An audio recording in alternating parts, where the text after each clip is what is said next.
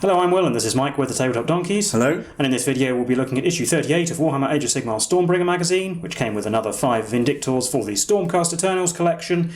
We'll be looking through the magazine as usual, which includes an alternate colour scheme for the Vindictors, and then we'll be playing our game with them, in which the forces of destruction are surrounded on a freezing cold mountaintop.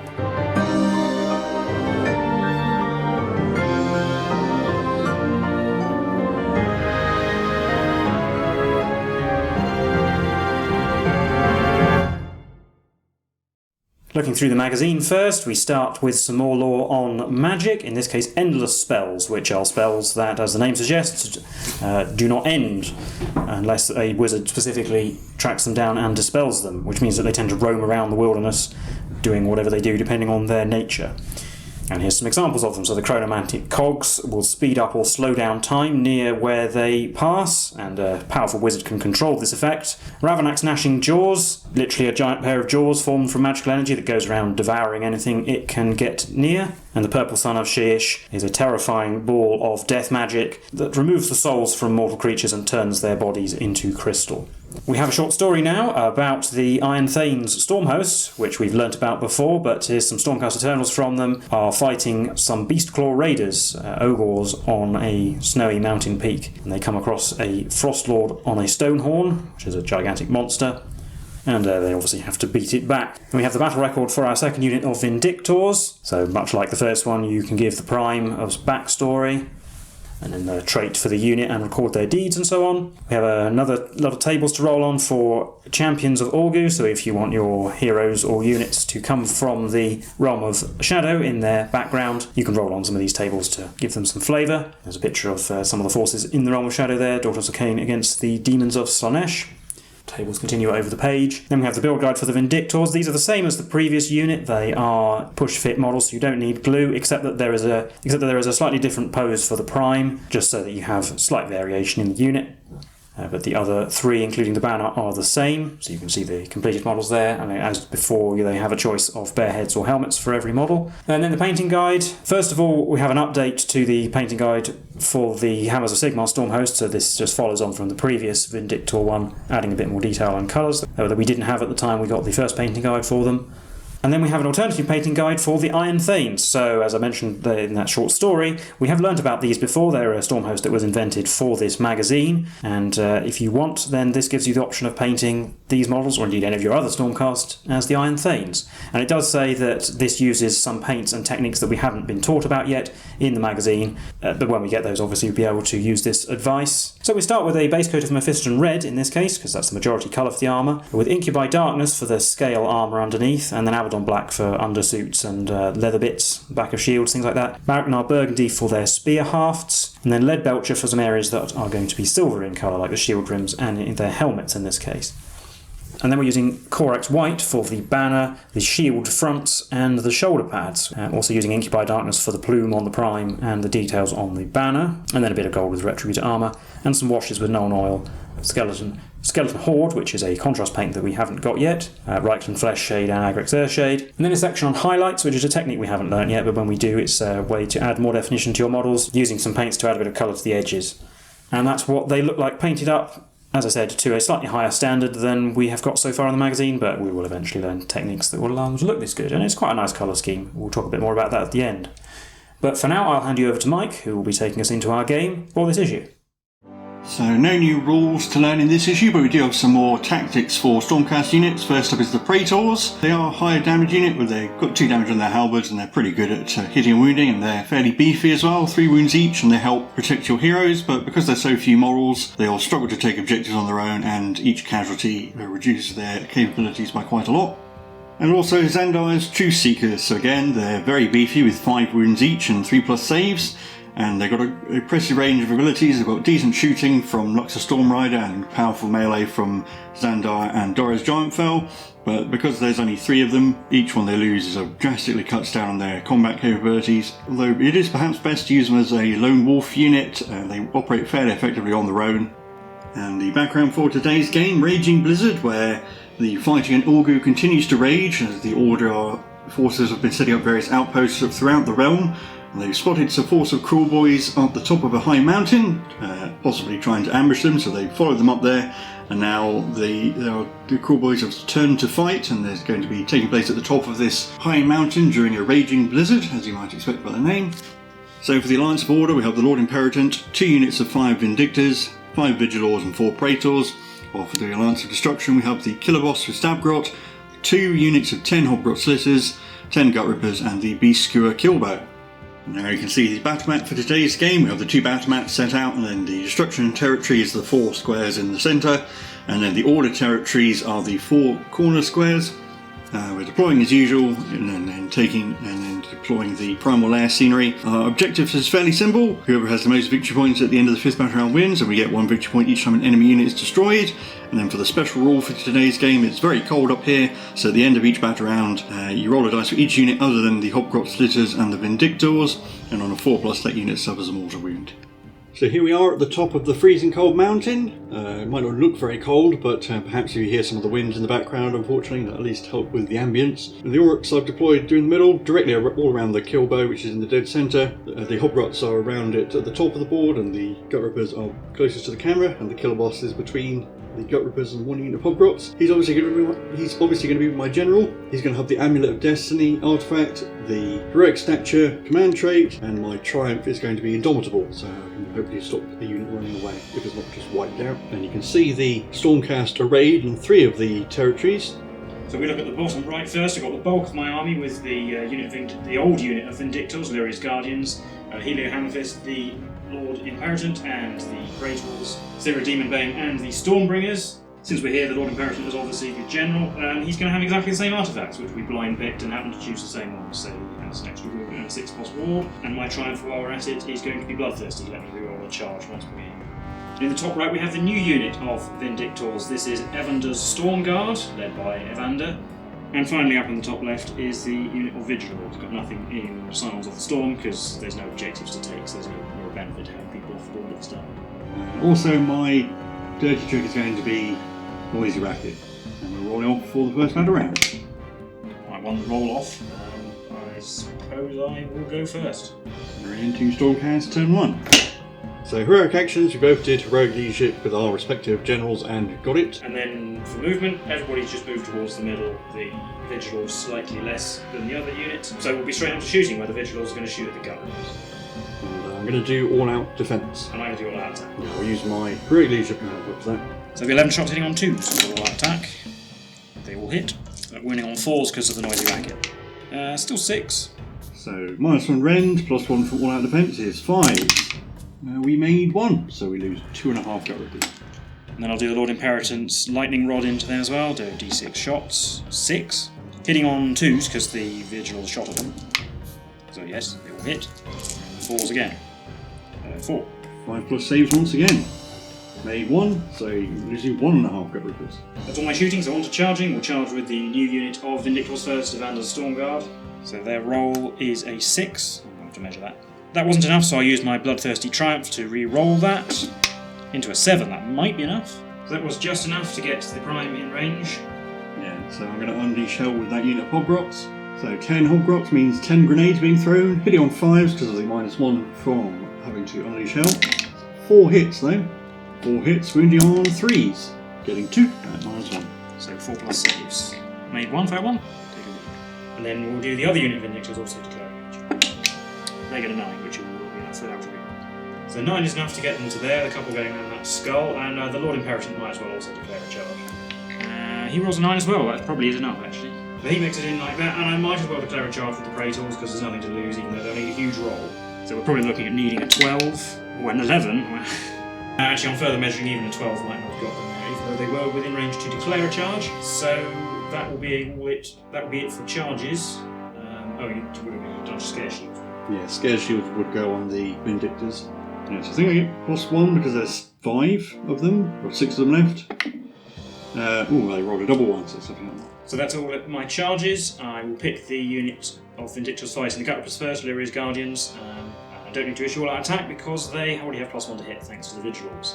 Yeah, we're doing all-out defence as well, on the Gut Rippers. So then we have 11 attacks hitting on 2s, 6s do mortal wound instead. It's 2 mortal wounds, 2 misses. On 4s. Well, that's 6.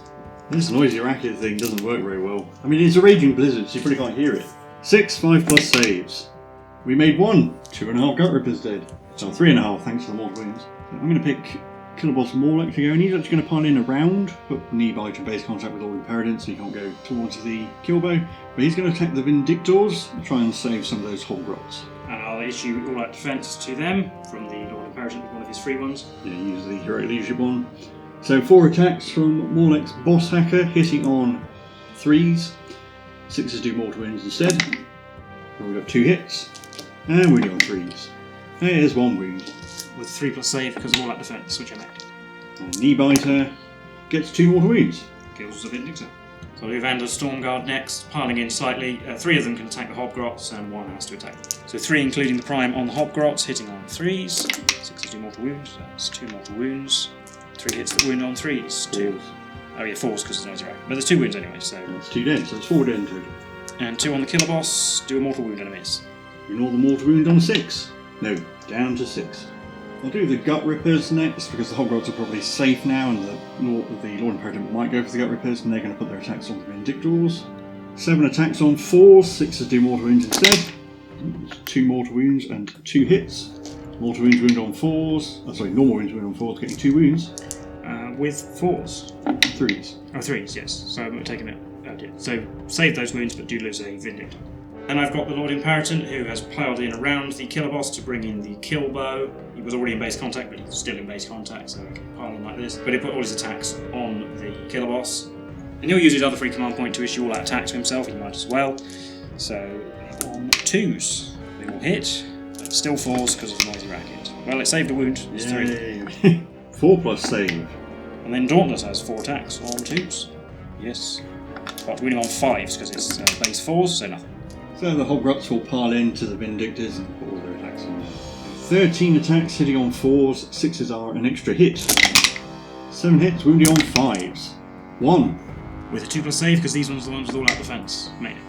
And finally the Beast Skewer Kruleboyz will pile into the Lord Imperator. It's got 3 attacks hitting on 4s, but 6s do a mortal wound instead, so it does a mortal wound. But he might orange on a 6 from his Amulet of Destiny. Now, then in the Battletop phase, I'm just going to use my remaining command point on one of the units, say the Gut Rippers, so they don't run away, and Indomitable my triumph on the other units, the Hobgrots. So nobody runs away. But no units destroyed, so we'll be on to Destruction Terminal. So in the hero phase, we're both doing Finest Hour for the Killer Boss and the Lord Imperator. And in my only movement is the other unit of Hobgrots that is unengaged. It's going to move so it's within 8 of something. And it's on the shooting phase. Might as well start with the Kruleboyz, seeing as it can only shoot at the Lord Imperator. So it has 1 shot hitting on a 2. Oh, it hits and does mortal wounds. Huzzah! It did! It got a 6. Roll 1 dice for each of the Lord Imperator's wound characteristic, and because he has the Heroic Stature command trait, his wound characteristic is actually increased to 8, so you get to roll 8 dice, and for each 5+, I add 1 to the damage. So it's 2+ each 5+ I get. So that's 6 mortal wounds. Will the Amulet of Destiny save any on 6s? It saves 3. So Lord Imperator's down to 4. I'll do the unit of Hobgrots that's engaged with those Vindictors. I'll throw grenades at them. 6 grenades on 4s. Getting 4 hits. Wounding on 3s. Getting 3 wounds at -1. 4s. Oh, made them. And the other unit of Hogwarts is going to shoot at them as well. I'll actually use all that defence. I should have done that before, but I didn't think of it, so command point. 10 attacks on 4s. Wounding on 3s. Getting 3 at -1. But now we have all that defence, so 3s. I'll make them anyway. So in the fight phase, I'm going to pick the Killer Boss to go first, and he's going to attack the Lord Imperator. See if I can finish him off. 4 attacks on 3s, 6 to do mortal wounds. Well, we've got 2 hits. Wounding on 2s, 2 wounds at -1. But with Finest Hour, we're on a 3+ save. All fair 1. So that is 2 damage, which I have not on 6s. I got 1. And then can Nearby to get a triple mortal wound? Nope, but he does get 2 hits. That wound on 3s, and they both wound. These are on 2s. Oh dear. Okay, well, we don't ignore them. It's down to 1. I'll pick the unit of Vindicators closest to the camera, Lyria's Guardians, to go. They're attacking the Gut Rippers. I'm going to use all-out attack with Lord Imperator's free once per turn command ability, because he might be dead in a minute. So 9 attacks on 2s, 6 to 2 mortal wounds. 2 mortal wounds, 1. Wounding on 4s still. 4s, because it's still noisy racket, so 4 wounds. 4 6+ saves. Oh, didn't make any. So actually that's going to kill the unit. It's 5 damage, 6 damage in total. Well, I'm going to do the other unit of Hobgrots. They're all going to attack those Vindictors. I use my last command point for all out defence because I don't really have any other use for it. Yeah, and the Stormcast gained a victory point for killing a unit. So 13 attacks from the Hobgrots on 4s. One went out of the box. And 6s are an extra hit. 8 hits in total thanks to those 3 6s. Wounded on 5s. Ooh, 4 this time. No rend. So 2s. I better do the Lord Imperator before the crew of the Killbow manage to poke him to death. So he'll attack the Killer Boss though, so 4 attacks on 3s. 3. And wounding on 4s. 4s, yeah. 3s. 3s. 3s because of Noisy Racket, but 1s don't help, so that's only 1 wound. 4 plus save. Nope. 2 damage. Ignoring on 6s. No, down to 4. No, it's actually 3 plus save, but I think I rolled a 1, so it doesn't matter. So can the Killbow get a mortal wound in melee and finish off the Lord Imperator? 3 attacks hitting on 4, 6 are mortal wounds. We got a mortal wound and a hit. Hang on. The normal wound wounded. So that'll be a 2 plus save. Oh, well, he failed that anyway, so he needs to roll double 6 to live. Nope, Yay. he dies, and that's a victory point as well. And I think the Killbow finally got a kill in melee, of all things. So I've just got those Vindictors left, and they can't pile in any different to how they are at the moment, really, so they're going to have to do the same attacks as before. 3 on the Hobgrots, 1 on the Killbows. 7 attacks on the Hobgrots, on 3s, no mortal wounds this time, and 4s, still about round 1, so it only kills 2. Whoa. And 2 attacks on the boss, getting 2 hits, and nothing to wound. That's it for combat. Yep, I'm just going to use my command point to stop the Hobgrots running away. And that's it for the battle round, so we have to roll off for all the units that aren't Vindictors or Hobgrots, because it's cold. So you know I'll roll for the Stormcast, so the Vigilors take a mortal wound, and the Praetors take a mortal wound. And the Killbow Takes a mortal takes a wound. mortal wound, and the Killer Boss takes a mortal wound. He's obviously very cold. Yeah, but does he ignore it? No. It is definitely cold. And that's the state of it, 1 victory point apiece. And we're rolling off for battle round 2. Oh, I won the roll off, so I will choose to go first. Destruction turn 2. So heroic actions, I'll do heroic leadership I suppose with the Killer Boss. And I can't because I haven't got any heroes left. So I've got heroic leadership, and then this unit of Hobgrots, the unengaged one, is moved around so they're 3 inches away from the Vindictors. Everything else is engaged, so straight to shooting. We'll do the Killbow again, it has to shoot that unit of Vindictors at the bottom. They're going to all out defence. Yep, so 1 shot hitting on a 2. It hits. Wounds on a 3. It did wound. Whoa. -2, so a 4 plus. Failed. Oh, it's on a roll. So it does 2 damage plus 2 for each 5 plus. Hey, it does 3 damage. Both units of Hobgrots are going to throw grenades at the unit of Vindictors that haven't got all out defence on them, which is this one up here. So do the ones that are engaged first. 6 grenades on 4s. So I'll do the 4 Hobgrots that are engaged first. 4 grenades on 4. Getting 3 hits. Wounded on 3s. Getting 2. -1. 4s. Outplayed them. Never mind. And you know what? The other unit of Hobgrots will use the free command point from heroic leadership to give them all out attacks. So they've got 10 grenades hitting on 3s. They don't like being shouted at, so they still only got 5 hits. Wounded on 3s. 3 wounds as well. -1. Also 4s. They took a wound. Oh, he killed a Vindictor! And the charge phase, this unengaged unit of Hobgrots will charge those Vindictors. And they whiff with a double 1. So we roll it. Well, they rolled a 6 and a 9. There we go. So those Hobgrots are all going to go in over there. And I think I'll pick them to fight first, see if we can kill off a few more Vindictors. So 21 attacks from those Hobgrots, because there's all of them. Hitting on 4, 6s are an extra hit. So 10 hits plus 3 6s is 13 hits in total, wounded on 5s. 1, 2, 3, 4, 5 wounds. 3 plus saves. Take a wound. We lose another Vindictor. So only 2 Vindictors left in Lyria's Guardians. But I'll do the other unit first, and they're going to attack the 4 remaining Hobgrots. 7 attacks on 3s, 62 mortal wounds. No 6s. So only 4 hits, wounding on 3s. Oh, 1's left. We'll leave the boss, I suppose. Well, we're going to leave the boss of that unit left. And I'll do Morlek and Kneebiter next, attacking those Vindictors. So 4 attacks from Morlek, hitting on 3s, 6s do mortal wounds instead. Yeah. Oh, I should have said I was going to do out defence with this one. Yeah, makes sense. Well, we've got 4 hits at last. He's figured out which end of his axe is the sharp end. Wounded on 3s. Oh, still only... Is that 1? No, I think it was 2. Oh, 2 wounds. So 3+ saves because of Warlight Defense. We made it. And Knee Biter, 2 attacks on 4s, gets 2 hits. Wounding on 4s, gets 2 wounds. 2s. He does a wound, of course. So I've only got Lyria and her friend left. They're going to attack. 3s. I've got a mortal wound and a miss. Wounding on 3s. Only 1, so only 2 dead. Well, Rack, the champion of the other unit Hogrots, I'll remember his name. You can fight those Vindictors. He's got 3 attacks on 4s. No, he missed. And technically the bow is still engaged, but I don't think it can really get anywhere. I think it's technically closer to this unit and it can't reach them, so never mind. I will spend my 1 command point to keep Rack of the Bane Slitters still in action, but the other unit of Hogrots does have to make a battle test. So they're Bravery 4, so on a 1 or a 2 I can succeed and I can re-roll this. Oh, definitely going to re-roll that. Oh, but luckily, because the killer boss is there, only 1 runs away. I gain a command point and get another from Heroic Leadership, but no command points for the Stormcast because they got no general. And then in my movement phase, both Vindictor units will stay engaged, the other 2 units closing the distance. And in the shooting phase, the Vigilors will shoot at the larger unit of Hobgoblins. You know what? I'll use my free command point from Heroic Leadership to do all out defense. So 11 shots hitting on 3s. Oh dear, that's only 4 hits and 6 1s and a 2. Yeah. Wow. 3s, 4 wounds. Yeah, 6+ saves. We made 1. Only 3 dead Hogrots.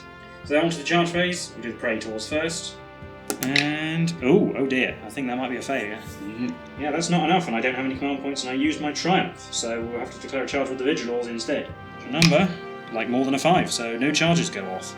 So that brings us to the fight phase, where I get to pick first, so I'll pick the 3 remaining Vindictors of Evander's Stormguard, and they're all going to attack the killer boss this time. Let's see if we can kill him. No, we'll do all out defense. He's more important than some Hogrots.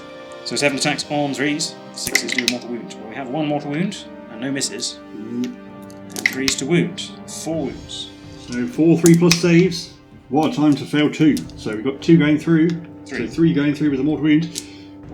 We'll push Knee Biter in the way because that happens before ward rolls.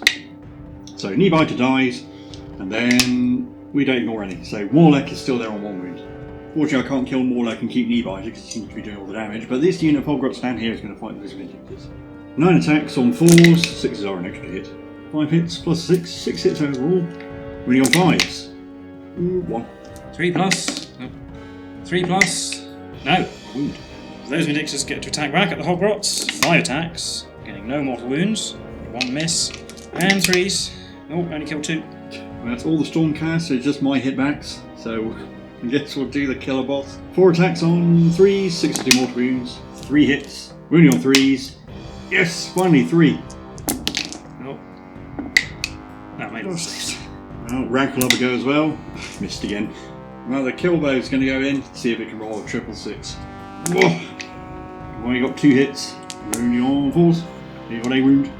3 plus. No, can't make those on this unit. It's the banner. No, do you have to still take a Battleshock test for those Hogrots, which they'll fail because they lost lots. Yeah, so I guess we'll lose the banner. It's not there anymore. So there we are. There's all 4 of the Oryx left. Well, 2 Oryx, 3 Grot Loaders, and 2 Hogrots. We do have to check to see if things can take mortal wounds from the cold. I'll roll for the Stormcast again. Vigilors, yes. So lose a Vigilor. Praetors, yes. One's down to 1. Killer boss. Yes. Oh, Amulet of Destiny. Oh, I rolled for 6. He dies. And the bow. No, the bow's alright. So that's it. So actually I don't know how that works, because he died from the cold. But I guess that means that the Stormcast do get a victory point. That makes sense. Not some weird case because they didn't kill him, they don't get a victory point. But I think I'm going to concede at this point. Doesn't even matter. If I get to go first, the Killbow might kill that Vindictor, but I mean, it's probably a foregone conclusion. The Praetors and the Vigilors will definitely be able to get in next turn. So we'll call that a Stormcast victory and recap the game for you now. So that was issue 38 of Warhammer Age of Sigmar Stormbringer magazine. How did you think that went? Well, pretty well. I probably made a little bit of hard work of it towards the end by failing a really short charge, and I always seem to be mostly on top there. Yeah, I mean, I think this is another case where if you add up the points, you have like 200, you have about 50% more points than I do. It's not a surprising to lose, although I think at least the Killbow got a decent game for once. It finally did mortal wounds and did quite a lot of damage, even if you ignored 3 of them. And I killed a Lord Imperator. They're important people, so... Yeah, he'll be a few months in the... That was my plan all along. obviously. Yeah, and it was also extremely cold, apparently, because I think of the 8 rolls we did, 7 of them were successful. Yeah. So even did in for more like in the end, And after surviving quite a lot else. And your new Vindictors had a good showing. They had their shiny new armour definitely works. Yeah, so I can't really complain apart from possibly a charge roll. Yeah, I mean, we have the same number of units and therefore the same total number of victory points, but mine are just better than yours. Yeah, units of Hobgrots are not equivalent to Vindictors. Yeah, and I mean, if you really wanted to, you could just shoot the Killbow with the Vigilors and probably kill it in one turn. So yeah, exactly. Bows, ideally, I'd have to get the first turn and then move away from wherever you deployed. If you chose, unless you chose to split up your army quite a lot, and I could possibly defeat you in detail, but I think that's very wishful thinking, especially since the Killbow is not very good if it moves around. Kind of weird a unit to have in this case. Yeah, and I wanted to keep a decent chunk of my army together because I get all the free command points from the Lord Imperator, and it just made sense to put all my melee units together. I put the Vigilors on the other side, and also the other side to the Gut Rippers, because you probably wouldn't want to be charging them with Hobgrots. They probably lose eventually, so it's just a way of blocking off that other side of the board, really. Yeah, and we got some more Vindictors. I mean, having extra... It's not a new unit, so it's not the most exciting, but Vindictors are a really good unit, and you do get to see how the ultimate poses, I suppose, of the Vindictors. They're a really solid defensive unit. Not the highest damage output in the world, but I would hem and haw over taking them over, say, Secretors. I'd probably take them over Liberators any day of the week. Yeah, the decent save and the...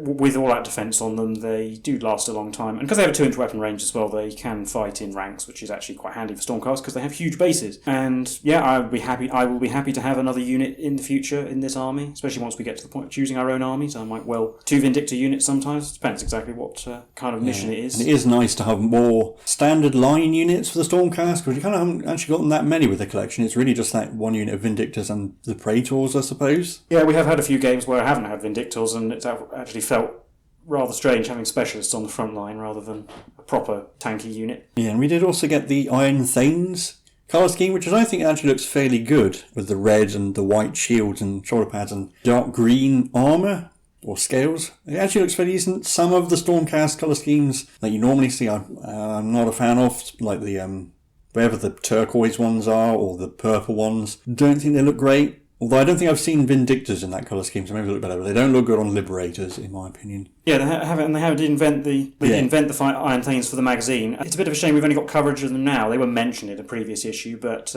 yeah, and I think if they'd been around in Mortal Realms, I probably would have done them then, kind of like I did with the Silver Templars in our 40k magazine, so fortunately I painted my new Vindictors as Hammers of Sigmar just to keep up consistency. Yeah, having one unit from the other Storm host would be interesting narratively, but just possibly look a bit out of place if you're wanting a coherent army. But by all means, that's fine to do if that's what you want to do, though, of course.